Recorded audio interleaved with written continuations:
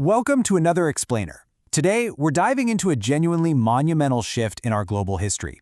We're looking back at the late 19th and early 20th centuries, an era when colonized peoples across the globe began to actively organize and push back against incredibly powerful European and American empires. We're going to trace the rich, classic history of how scattered local grievances actually transformed into organized political demands that would go on to completely redraw the 20th century world map. Right. So how did they actually do it? How do you take isolated, everyday frustrations and forge them into a weapon capable of bringing the world's most powerful empires to their knees? Well, it definitely didn't happen by accident. It required building a totally new kind of power, one forged from shared language, religion, culture, and history. These shared elements became the very tools of resistance used to challenge the core assumptions of imperial rule. Part 1. The Seeds of Resistance. Let's look at the underlying friction and the foundational ideas that spark this defiance. It all kicks off with this absolutely crucial concept: collective identity. Basically, local populations stopped seeing themselves as just scattered, isolated subjects of a foreign empire. Instead, they started banding together under a single unifying banner based on their shared culture or history. And that was the game changer. That collective belonging is what made mass organizing against heavily armed empires possible for the very first time. So what actually sparked this? A few interconnected forces poured gasoline on the fire, really. You had colonial subjects who were educated in the West taking Enlightenment ideals, liberty, equality, self-determination, and essentially flipping the script, using those exact concepts against their colonizers. Then there's religion. Islam became a huge unifying force for resistance across North Africa and Southeast Asia, while others reclaimed Christianity as a symbol of pride rather than submission. Throw in severe economic exploitation, like forced labor, heavy taxes, and land seizures to fuel foreign export markets, and, well, you've got a powder keg waiting to blow. Part 2. Ethiopia defends its sovereignty. Let's head over to the African continent to see this in action. The leaders of this era weren't just politely asking for better treatment or lower taxes. No, they were demanding sovereign nationhood. They wanted the absolute authority to govern themselves, completely free from outside interference. They were flat out rejecting the core assumptions that European and American empires were built on. And to put the sheer scale of this resistance into perspective, 100,000. In 1896, Emperor Menelik II of Ethiopia didn't just push back defensively. He mobilized a staggering force of roughly 100,000 soldiers into battle against an expanding European power. This confrontation became the Battle of Adwa. And here is why this is so incredibly important. This was the only major defeat of a European army by an African nation during the entire scramble for Africa. It wasn't just a win, it was a decisive victory that forced Italy to officially recognize Ethiopian sovereignty. That incredible feat preserved Ethiopia's independence for another 4 decades, making it a lasting beacon of African dignity until the later Italian invasion in 1935. Part 3. Uprisings in the colonies. This push for freedom was rapidly going global. Just look at how fast the geopolitical dominoes were falling during this window.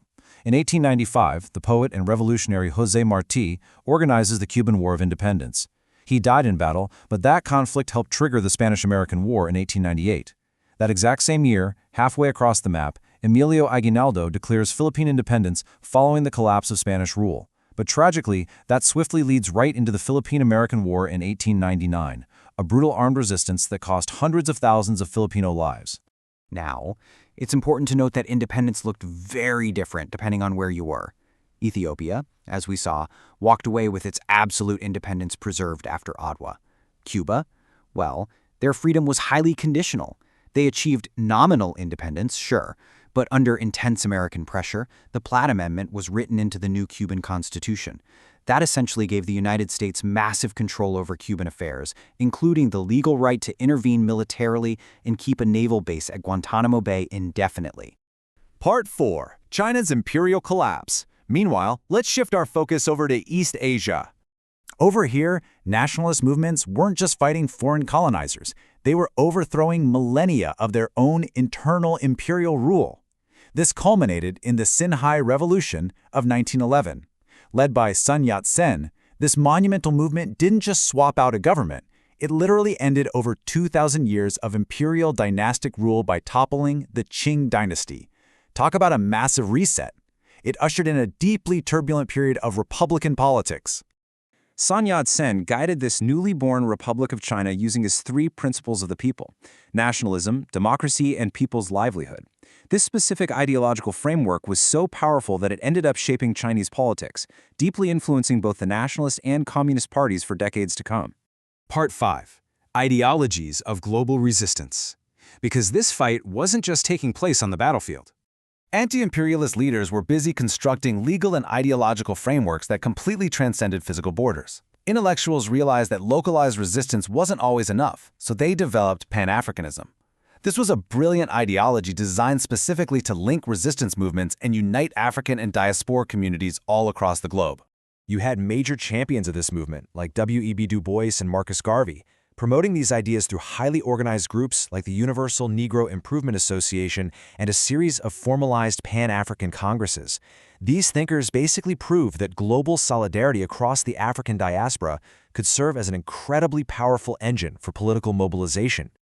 And resistance didn't always look like an armed uprising either. In India, a small group of British-educated professionals founded the Indian National Congress in 1885. Their strategy was an absolute masterstroke. They used the colonizers' own political vocabulary against them, utilizing British legal frameworks and courtroom-style arguments to press their case for Indian rights. By using the empire's own logic, they made it incredibly difficult for colonial administrators to outright dismiss them without contradicting their own stated Enlightenment principles. Part 6. The Legacy of Independence. We've seen the sparks across the globe, but what was the lasting impact? Ultimately, the foundational patterns established by these early resistance movements directly paved the way for decolonization. They set the stage for the massive, systematic global struggles to dismantle colonial rule that really exploded across the world following World War II. These early acts of defiance cast a huge shadow into the 20th century.